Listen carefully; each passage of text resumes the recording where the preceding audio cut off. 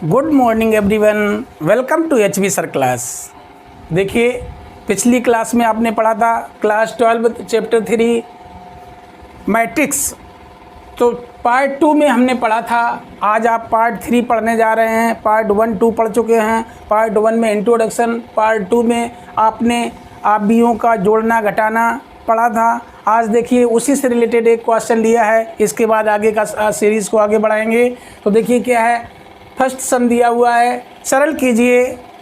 cos theta sine theta, ये इस तरह से एक आव्यूह दिया हुआ है, ये आव्यूह दिया हुआ है। तो इसको सॉल्व करने का तरीका हमने बताया था कि इस तरह का जब कोई भी ये संख्या दी हो जब आव्यूह से बाहर, तो उस संख्या का पहले इसमें मल्टीपल करते हैं। तो cos थीटा का इसमें मल्टीपल कर दीजिए। इसी तरह से साइन थीटा का इसमें मल्टीपल कर दीजिए। मल्टीपल करने के बाद इन दोनों आव्यूहों को जोड़ दीजिए, प्लस कर दीजिए। ठीक है, जैसा कि आप पढ़ चुके हैं। तो उसी क्रम में आगे सॉल्व करते हैं। तो सबसे पहले इस cos थीटा का इससे मल्टीपल करेंगे तो इसका सॉल्यूशन क्या होगा।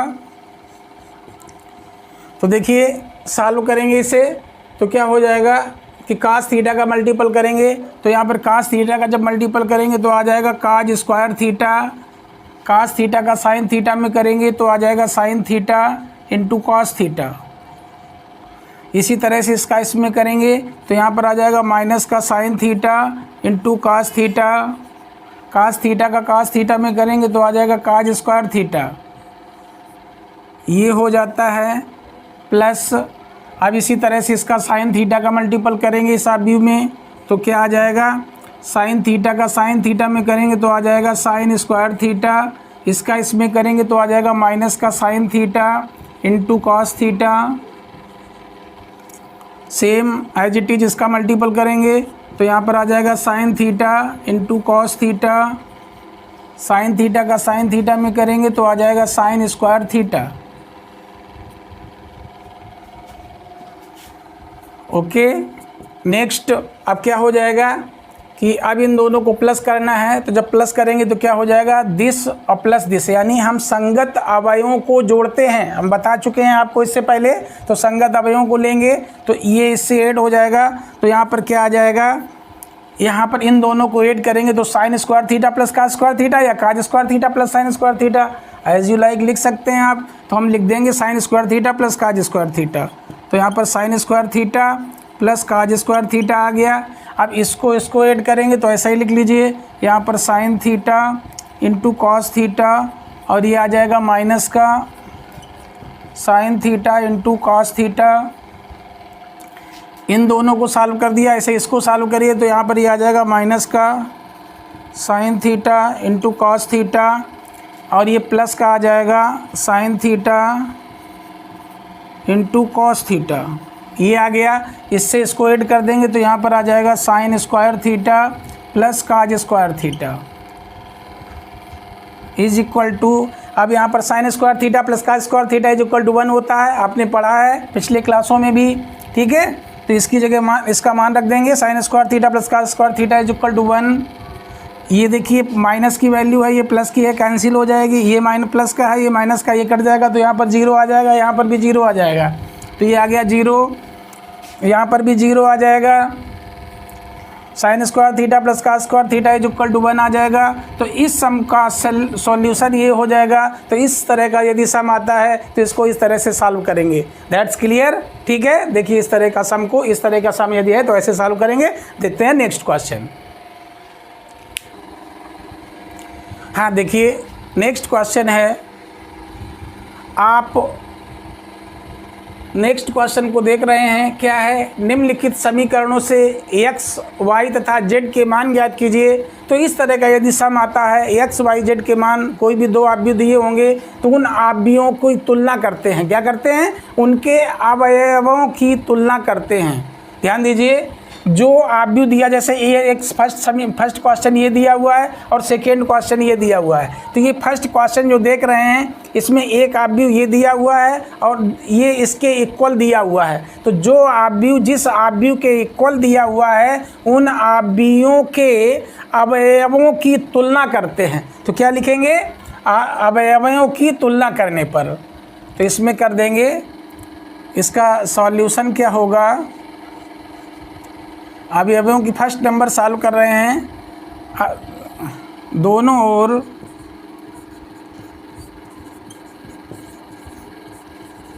अवयवों की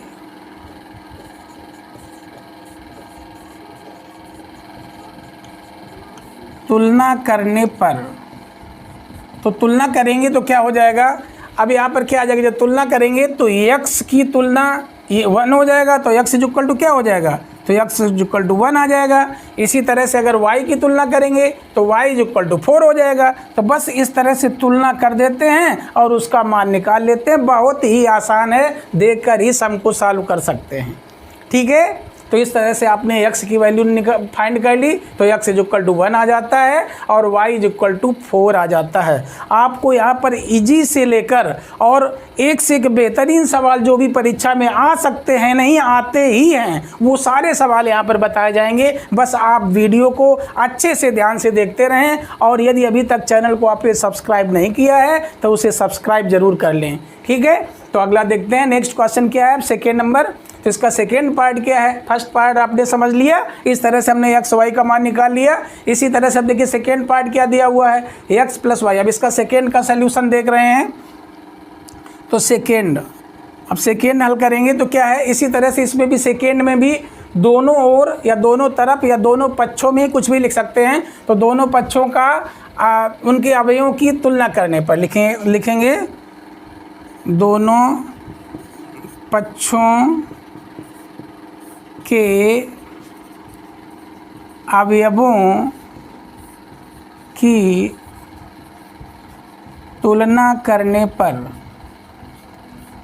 तो जब तुलना करते हैं तो क्या आ जाएगा, यहाँ पर आ जाएगा x plus Y plus Z is equal to 9 और x plus Z is equal to 5, y plus Z is equal to 7। तो इस तरह से इनकी तुलना करेंगे तो ये आ जाएगा, यानी ये क्वेश्चन फर्स्ट बना लेंगे, इसको सेकेंड बना लेंगे और इसको एक क्वेश्चन थर्ड बना लेंगे और इन इक्वेशंस को सॉल्व कर लेंगे। तो यहाँ पर क्या आ जाएगा, एक इक्वेशन बनेगी x plus Y plus Z is equal to 9, equation first बन जाएगी आपकी। सेकेंड हो जाएगी x plus Z is equal to 5, क्या हो जाएगा, x plus Z is equal to 5, ये क्वेश्चन सेकेंड बना लेते हैं। इसी तरह से y plus Z is equal to 7 आ जाएगा, y plus Z is equal to 7, तो ये क्वेश्चन थर्ड बन जाती है। अब ये क्वेश्चंस को हमें सॉल्व कर लेना है, जैसा कि आप पिछले क्लासों में सॉल्व करते रहे होंगे। तो उस तरह से क्वेश्चन को सॉल्व कर लीजिए, किसी भी तरह से आप सॉल्व कर सकते हैं। जैसे यहाँ पर देखिए x plus Y plus Z is equal to 9 दिया है और सेकेंड क्वेश्चन दिए x plus Z is equal to 5। तो यदि x प्लस जेड की वैल्यू यहाँ पर 5, यानी x और z की जगह पर 5 रख दें, इस x प्लस जेड का मान इसमें रख दें या y प्लस जेड का मान इसमें रख दें, तो सॉल्व करके x का मान निकल आएगा। तो मान लीजिए हम सबसे पहले समीकरण थर्ड का मान समीकरण फर्स्ट में रख रहे हैं, तो y प्लस जेड की जगह यहाँ पे रख देंगे 7, तो यहाँ से x का मान निकाल सकते हैं। इसका भी रख सकते थे इसमें मान, तो हम y का मान निकाल लेते, किसी को भी रख सकते हैं। ठीक है, सॉल्व कर सकते हैं। सॉल्व करने के बहुत कई तरीके हो सकते हैं, आपको जो ठीक तरीका लगे आप उस तरीके से उसको सॉल्व कर सकते हैं। तो देखिए हम समीकरण थर्ड का मान समीकरण फर्स्ट में रख रहे हैं, लिखेंगे समीकरण फर्स्ट में समीकरण थर्ड का मान रखने पर। ठीक है, तो समीकरण फर्स्ट में समीकरण थर्ड का मान रखने पर अब मान रख देते हैं। देखिए इधर सॉल्व कर देते हैं, तो समीकरण फर्स्ट में समीकरण थर्ड का मान रख रहे हैं। अब समीकरण थर्ड क्या है, समीकरण थर्ड दिया हुआ है x plus Y plus Z is equal to 9, ये आपका समीकरण थर्ड है। और समीकरण फर्स्ट क्या है, y plus Z is equal to 7, तो y प्लस जेड की जगह पर 7 रख देंगे। तो x प्लस और y plus Z is equal to 7 है, तो यहाँ पर हमने y प्लस जेड की जगह पर 7 रख दिया, इज इक्वल टू 9। अब सॉल्व कर लीजिए, तो x is equal to 9 minus 7, तो x इज इक्वल टू 9 में 7 सब्ट्रैक्ट कर देंगे तो 2। तो इस तरह से ये आपकी x की वैल्यू आ जाती है। ठीक है, अब जब x की वैल्यू आ जाती है, अगर x का मान समीकरण हम सेकेंड में रख दें, अगर x का मान समीकरण सेकेंड में रख दें तो हमें इससे z की वैल्यू आ जाएगी। अब इस x का मान समीकरण सेकेंड में रख दे रहे हैं, x का मान समीकरण सेकेंड में रखने पर, चलिए रख देते हैं। तो समीकरण सेकेंड क्या दिया हुआ है, x plus Z is equal to 5। x की वैल्यू पुट करेंगे तो ये x की वैल्यू 2 फाइंड की है, plus z is equal to 5। तो यहाँ पर क्या आ जाएगी वैल्यू, तो z इज इक्वल टू आ जाएगा, इसको ट्रांसपोजिंग करेंगे तो उधर जाएगा तो माइनस का हो जाएगा, तो आ जाएगा 3। तो z की वैल्यू क्या आ जाएगी 3। तो इस तरह से z की वैल्यू आ जाती है 3, ठीक है। तो z की वैल्यू 3 आ गई। अब हमें वैल्यू निकालनी है किसकी, आगे सॉल्व कर लेते हैं। अब देखिए z की वैल्यू क्या आ जाए, z की वैल्यू आ गई आपकी, x की वैल्यू आ गई, z की वैल्यू आ गई, x की और z की आ गई, y की वैल्यू निकालनी है। तो चाहें तो अब हम इसकी वैल्यू z की वैल्यू चाहे इसमें रख दें या इसमें रख दें, इसमें हमें निकालनी वैल्यू y की है, तो z की वैल्यू यदि इसमें रख देंगे तो y की वैल्यू आ जाएगी, चूँकि x की और उसकी निकाल चुके हैं। तो अब z की वैल्यू इसमें रख दें, या x और z दोनों की वैल्यू इसमें रख दें तो y की वैल्यू आ जाएगी। तो हम z की वैल्यू इसमें रख दे रहे हैं समीकरण थर्ड में, तो y की वैल्यू आ जाएगी, ठीक है। तो z का मान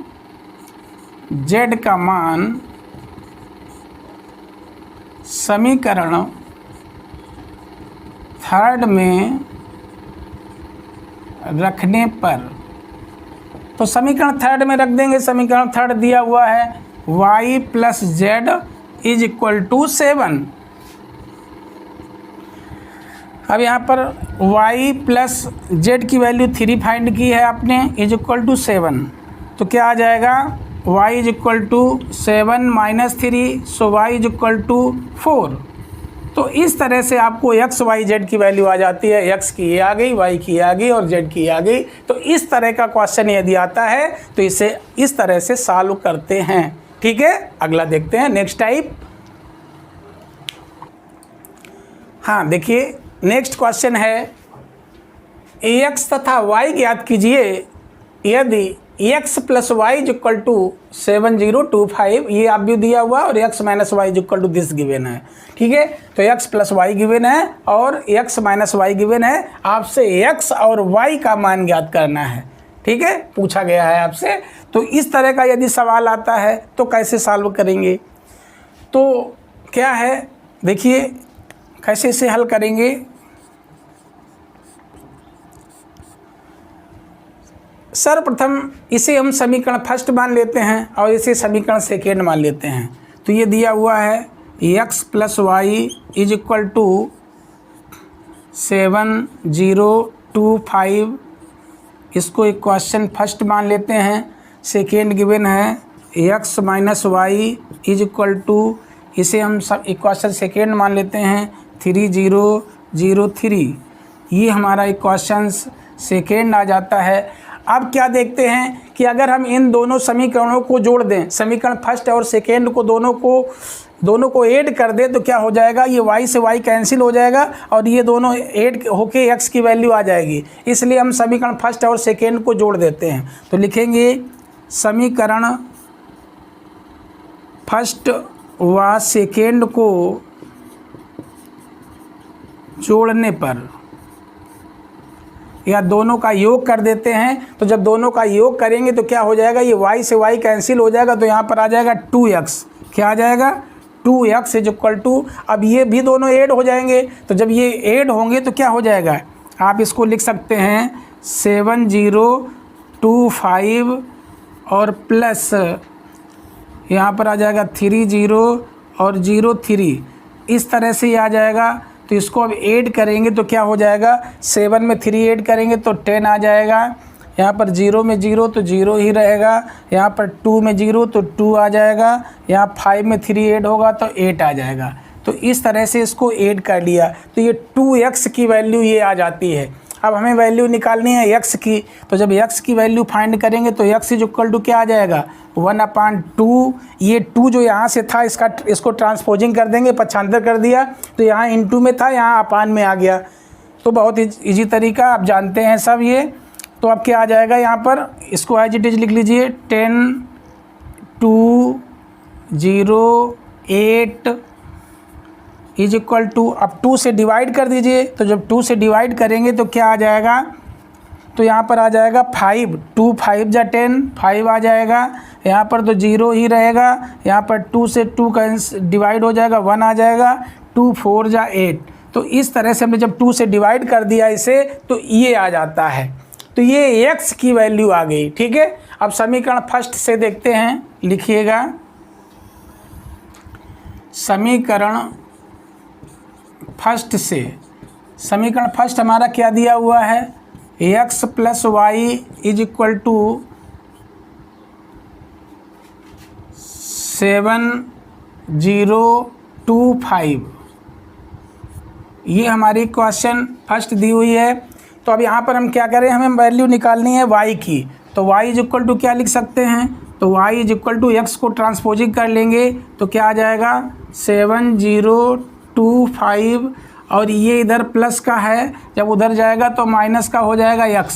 ठीक है, अब x की वैल्यू रख दीजिए, तो y इज इक्वल टू 7025 और माइनस, अब x का मान हम निकाल चुके हैं ये, तो इस x के मान को यहाँ पे रख दीजिए। तो x का मान जब रखेंगे तो x का मान क्या दिया हुआ है 5014। समझ में आ गया होगा, हमने समीकरण फर्स्ट लिया, तो समीकरण फर्स्ट हमारा ये था x plus y is equal to this, तो इससे y की वैल्यू निकाली, तो y is equal to x को ट्रांसपोजिंग कर दिया तो ये आ गया। अब क्या करेंगे कि y इज इक्वल टू ये एज इट इज, और यहाँ पर x का मान हम निकाल चुके थे तो उस मान को यहाँ पे रख दिया। अब हम इसमें से इसका अंतर कर रहे हैं, जैसे सब्ट्रैक्ट कर देंगे तो y की वैल्यू आ जाएगी, तो y इज इक्वल टू 7 में 5 सब्ट्रैक्ट करेंगे तो क्या आ जाएगा, 7 में 5 सब्ट्रैक्ट कर दिया 2 आ गया, 0 में 0 तो 0 ही आ जाएगा, 2 में 1 सब्ट्रैक्ट किया 1 आ जाएगा, 5 में 4 सब्ट्रैक्ट किया 1 आ जाएगा। तो इस तरह से ये y का मान आ जाता है। यही आपको x और y के मान निकालने थे, तो एक x का मान ये आ जाता है और y का मान ये आ जाता है। That's clear. तो इस तरह का सम यदि आता है तो उसे आप इस तरह से सॉल्व करेंगे। ठीक है, अब देखिए नेक्स्ट टाइप बताने जा रहे हैं आपको। हाँ, आइए देखते हैं नया क्या है। अगला प्रश्न है, यदि आप व्यू a is equal to this तथा b is equal to this, तो ए बी तथा बी ए यदि संभव है ज्ञात कीजिए। अब देखिए क्या है, ए बी और बी ए मतलब ये गुणनफल जब निकालना हो, आप बीओं का गुणनफल पढ़ने जा रहे हैं। क्या पढ़ने जा रहे हैं, आप बीओं का गुणनफल। तो देखिए आप बीओं का गुणनफल कैसे ज्ञात करते हैं, इसमें कह रहा है ए बी तथा बी ए यदि संभव है, तो हमें सबसे पहले तो ये देखना है क्या ए बी संभव है या बी ए संभव है। तो इसके लिए हम सबसे पहले ए बी देख रहे हैं। तो क्या देखते हैं हम, ए बी जो देख रहे हैं तो ए और बी में, तो हम ये देखते हैं कि ए बी में स्तंभों की संख्या और बी में यानी ए में स्तंभों की संख्या देखिए और बी में पंक्तियों की संख्या देखिए। तो हम ये देखते हैं कि ए में स्तंभों की संख्या 3 है और बी में पंक्तियों की संख्या 2 ही है। तो यदि ए में स्तंभों की संख्या बी में पंक्तियों की संख्या से अधिक है, इसका मतलब ए बी संभव नहीं है, लेकिन बी ए संभव है। क्योंकि बी में स्तंभों की संख्या 3 है और इसमें पंक्तियों की संख्या भी 3 है, तो वो बराबर है, इसलिए बी ए संभव है परंतु ए बी संभव नहीं है। तो लिखेंगे ए बी संभव नहीं है। हल में क्या लिखेंगे, ए बी संभव नहीं है क्योंकि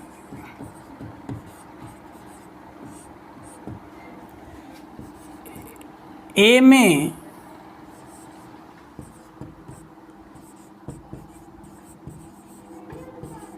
स्तंभों की संख्या बी में पंक्तियों की संख्या से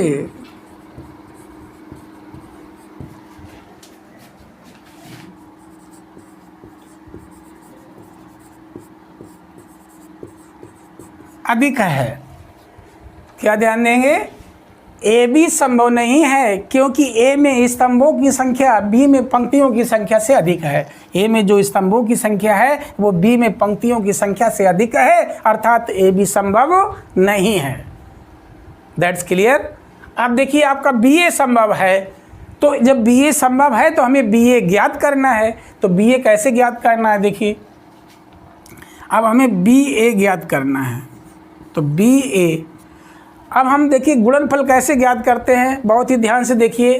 तो बी ए अर्थात बी का मान क्या है, तो रख लीजिए, पहले बी का मान रख ले रहे हैं 1 3 2 और 2 0 4।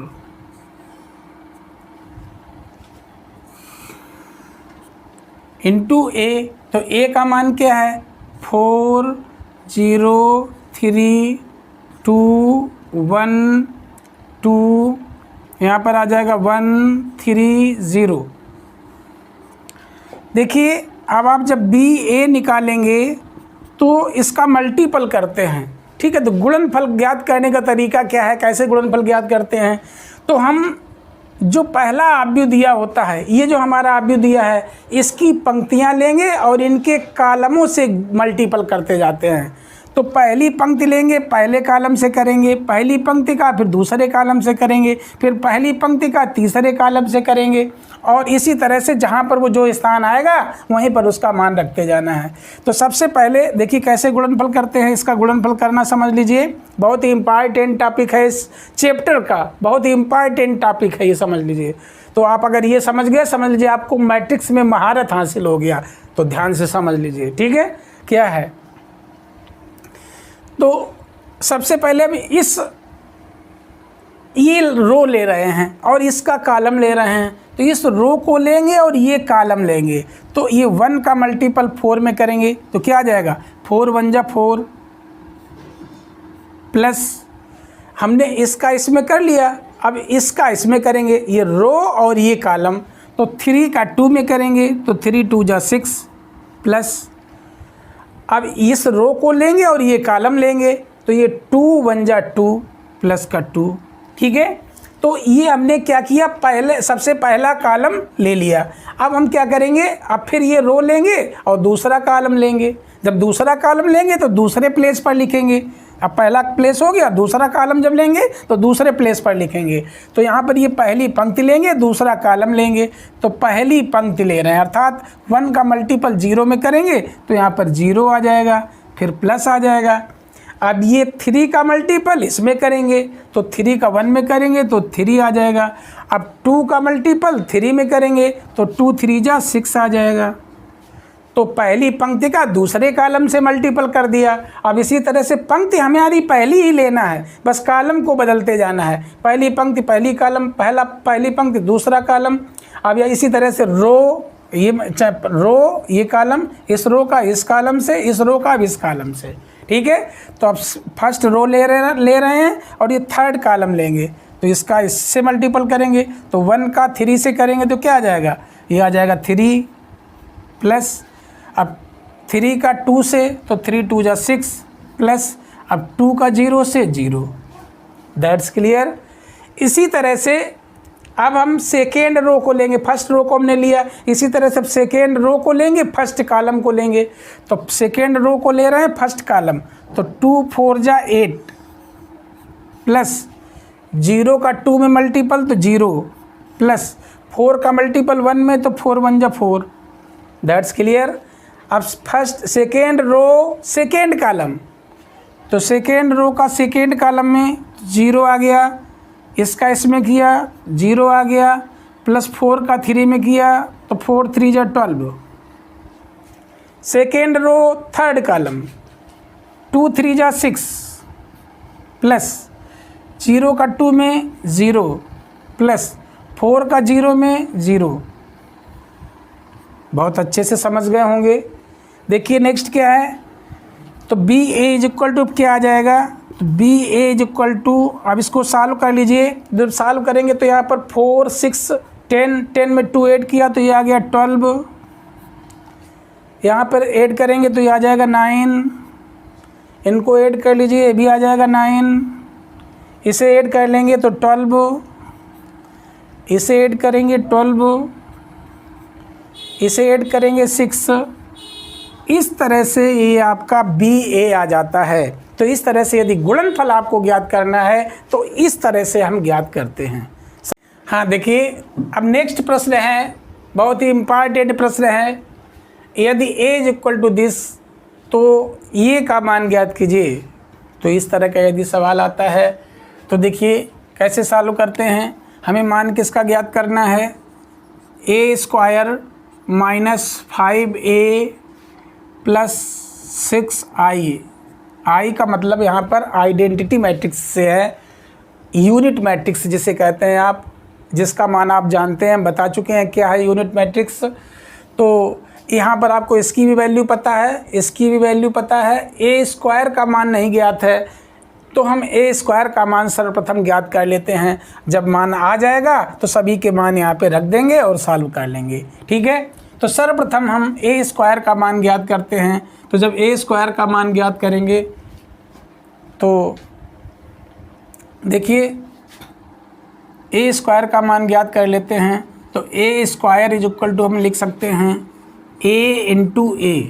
क्या लिखेंगे, A स्क्वायर को हम लिख सकते हैं A इंटू A। तो is equal to A square is equal to A की वैल्यू क्या दी हुई है, 2 0 1 2 1 3 1 माइनस 1 0 1 माइनस 1 0। ये A की वैल्यू दी हुई है, पुनः इसी की वैल्यू रख लेंगे A की।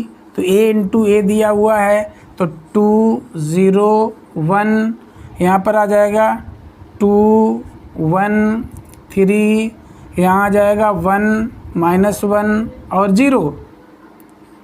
तो इस तरह से ये मान रख लेते हैं। तो हम A स्क्वायर का मान निकालेंगे जब, तो क्या आ जाएगा, अभी हम आपको मल्टीपल करना बता चुके हैं। आप भी का मल्टीप्लाई किस तरह से करते हैं। तो सबसे पहले हम रो लेंगे और कॉलम लेंगे, तो वही रूल्स अपनाएंगे। 2 का 2 में मल्टीपल किया तो 4 आ गया, प्लस अब हमने लिया 0 का 2 में किया तो 0 आ गया। अब 1 का 1 में करेंगे तो प्लस 1 आ गया। फर्स्ट रो फर्स्ट कॉलम हो गया। अब फर्स्ट रो को सेकेंड कॉलम से लेना है तो 2 का 0 में करेंगे तो आ जाएगा 0। अब 0 का 1 में करेंगे तो प्लस 0। अब 1 का माइनस 1 से करेंगे तो माइनस 1 आ जाएगा। हमने फर्स्ट रो का सेकेंड कॉलम से मल्टीपल कर दिया। अब फर्स्ट रो का थर्ड कॉलम से मल्टीपल कर रहे हैं, तो जब करेंगे तो 2 का 1 से कर देंगे तो आ जाएगा 2 1 जा 2। अब 0 का 3 में करेंगे तो प्लस हो जाएगा 0। अब 1 का 0 में करेंगे तो प्लस आ जाएगा 0। नेक्स्ट देखिए, हमने फर्स्ट रो का सभी कॉलमों से कर दिया। अब सेकेंड रो ले रहे हैं, सभी कॉलमों से मल्टीपल करेंगे। ठीक है, तो सेकेंड रो का फर्स्ट कॉलम से करेंगे तो 2 का 2 में करेंगे तो 4 हो जाएगा। अब 1 का 2 में करेंगे तो प्लस का 2 आ जाएगा। 3 का 1 में करेंगे तो प्लस का 3 आ जाएगा। हमने फर्स्ट सेकेंड रो का फर्स्ट कॉलम से कर दिया। अब सेकेंड रो का मल्टीपल सेकेंड कॉलम से करेंगे तो 2 का 0 से करेंगे तो 0 हो जाएगा। आगे क्या है, सेकेंड रो का सेकेंड कॉलम से करेंगे तो 1 का 1 में करेंगे तो प्लस 1 हो जाएगा। अब आगे क्या है, हम सेकेंड रो ले रहे हैं और सेकेंड कॉलम ले रहे हैं, तो अब 3 का माइनस 1 से करेंगे तो यहाँ पर माइनस का 3 हो जाएगा। सेकेंड रो का सेकेंड कॉलम से कर दिया। अब सेकेंड रो का थर्ड कॉलम से करेंगे तो 2 का 1 से करेंगे तो 2 हो जाएगा। अब 1 का 3 से करेंगे तो प्लस का 3 आ जाएगा। अब 3 का 0 से करेंगे तो प्लस 0 आ जाएगा। That's clear. तो हमने सेकेंड रो का सभी कॉलमों से मल्टीपल कर दिया। अब थर्ड रो का सभी कॉलमों से मल्टीपल करेंगे। तो थर्ड रो है तो थर्ड रो का फर्स्ट कॉलम से करेंगे, तो जब 1 का 2 से करेंगे तो यहाँ पर 2 आ जाएगा। अब -1 का जब 2 से करेंगे तो -2 हो जाएगा। 0 का जब 1 से करेंगे तो +0 आ जाएगा। इसी तरह से अब थर्ड रो का सेकेंड कॉलम से मल्टीपल करेंगे तो 1 का 0 से जब करेंगे तो यहाँ पर 0 हो जाएगा। अब -1 का 1 से करेंगे तो आ जाएगा -1। अब 0 का मल्टीपल -1 से करेंगे तो 0 ही हो जाता है, चाहे वो प्लस का लिख दो चाहे माइनस का लिख दो, लेकिन 0 ही लिखा जाएगा। 0 का मल्टीपल किसी में भी होता है जब। अब देखिए अगला नेक्स्ट टॉपिक क्या है, तो हमने इस से थर्ड रो का सेकेंड कॉलम से कर दिया। अब हमारा लास्ट है थर्ड रो का थर्ड कॉलम से मल्टीपल करेंगे, तो 1 का 1 में करेंगे तो 1 आ जाएगा। इसके बाद में -1 का 3 में करेंगे तो माइनस का 3 आ जाएगा। 0 का 0 में करेंगे तो प्लस का 0 आ जाएगा। तो इस तरह से ये हमने इनके मल्टीपल कर लिए। अब हमारा a स्क्वायर का मान क्या आ जाता है, तो इस तरह से a स्क्वायर का मान आ जाएगा, क्या मान आ जाएगा, 4 में 1 ऐड करेंगे तो 5 आ जाएगा। यहाँ पर माइनस का 1 आ जाएगा, ये यहाँ पर 2 आ जाएगा, यहाँ पर आ जाएगा 4 3 5 4 9 आ जाएगा। यहाँ पर 3 में यहाँ पर माइनस का 2 आ जाएगा, यहाँ पर 5 हो जाएगा, और यहाँ पर आ जाएगा 0 आ जाएगा, यहाँ पर माइनस का 1 आ जाएगा, और ये यहाँ पर आ जाएगा माइनस का 2। तो इस तरह से a स्क्वायर का मान आ जाता है। ठीक है, तो a स्क्वायर का इस तरह से ये मान आ जाता है। अब देखते हैं हम इसका मान a स्क्वायर का मान इसमें रख देते हैं। ठीक है, तो सभी के मान इसमें रख देते हैं। अब जब मान रखेंगे हमें वैल्यू निकालनी थी इसकी, अब इसका मान निकालना था, तो अब यहाँ मान रख देंगे। तो a स्क्वायर का मान क्या आया हुआ है, तो a स्क्वायर का मान आया है 5 -1 और 2, इसके बाद में 9 -2 5 0 -1 -2, ये आपकी a स्क्वायर की वैल्यू आ गई है, और -5 a की वैल्यू आपने पहले से निकाल रखी थी। इसको हम यहाँ पर अलग कर देते हैं वन साइड। अब देखिए क्या है, 5 a की वैल्यू, तो a की वैल्यू आपने निकाली थी 2 दी हुई है, 0 1 2 1 3 1 -1 और 0, ये वैल्यू रख दी हमने। अब +6 i की वैल्यू हमने आइडेंटिटी मैट्रिक्स आपको पहले बता चुके हैं, यूनिट मैट्रिक्स आपको बताया था हमने क्या है, तो यहाँ पर आ जाएगा 1 0 0, यहाँ पर आ जाएगा 0 1 0 0 0 1। हमने बताया था आइडेंटिटी मैट्रिक्स वह मैट्रिक्स होता है जिसका जो ये मुख्य विकर्ण होता है वो सभी अवयव 1 होते हैं, बाकी अन्य सभी अवयव जो होते हैं वो 0 होते हैं। वह मैट्रिक्स आइडेंटिटी मैट्रिक्स कहलाता है। ठीक है, तो इस तरह से ये इसका आइडेंटिटी मैट्रिक्स हो गया। केवल इसका जो मुख्य विकर्ण होता है वो सभी अवयव 1 1 होते हैं, अन्य सभी अवयव 0 होते हैं। ऐसा matrix identity matrix unit matrix कहलाता है। ठीक है, तो इस तरह से हमने इसका मान रख दिया। अब इसे सॉल्व करेंगे, तो सॉल्व करेंगे जब, तो क्या आ जाएगा, सबसे पहले इसको एज इट इज लिख लेते हैं। ये जो संख्याएं दी हैं, ये संख्या दी है, तो इन संख्याओं का आव्यूह के अंदर मल्टीपल करते हैं सबसे पहले। तो इसको तो एज इट इज लिख देंगे, क्या आ जाएगा 5 -1 2 9 -2 5 0 -1 -2 -5 का मल्टीपल कर देंगे तो आ जाएगा 5 2 जा 10 0 5 1 जा 5 5 का 2 में मल्टीपल करेंगे तो यहाँ पर भी आ जाएगा 10 5 1 जा 5 5 3 जा 15 5 का 1 में करेंगे तो यहाँ पर आ जाएगा 5 माइनस का 5 एंड 0, ये मल्टीपल कर देते हैं +6।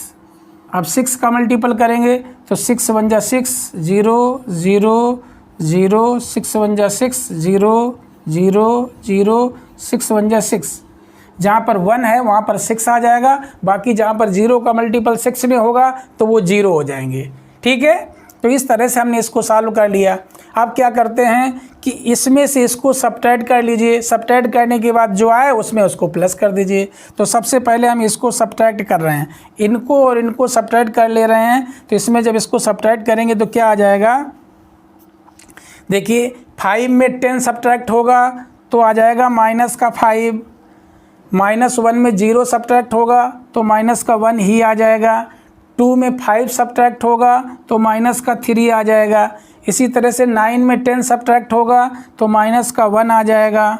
माइनस का 2 है और माइनस का 5 हो जाएगा तो माइनस का 7 आ जाएगा। 5 में 15 सब्ट्रैक्ट होगा तो माइनस का 10 आ जाएगा। 0 में 5 सब्ट्रैक्ट होगा माइनस का 5 आ जाएगा। -1 में -5 सब्ट्रैक्ट हो जाएगा तो ये आ जाएगा -1 और प्लस का 5 हो जाएगा तो प्लस का 4 आ जाएगा। 4 आ जाएगा मीन्स। -2 में 0 सब्ट्रैक्ट होगा तो माइनस का 2 आ जाएगा। तो इस तरह से इसका सल्यूशन हो गया। अब प्लस का ये आ रहा है आपका, इसको एज इट इज लिख लीजिए।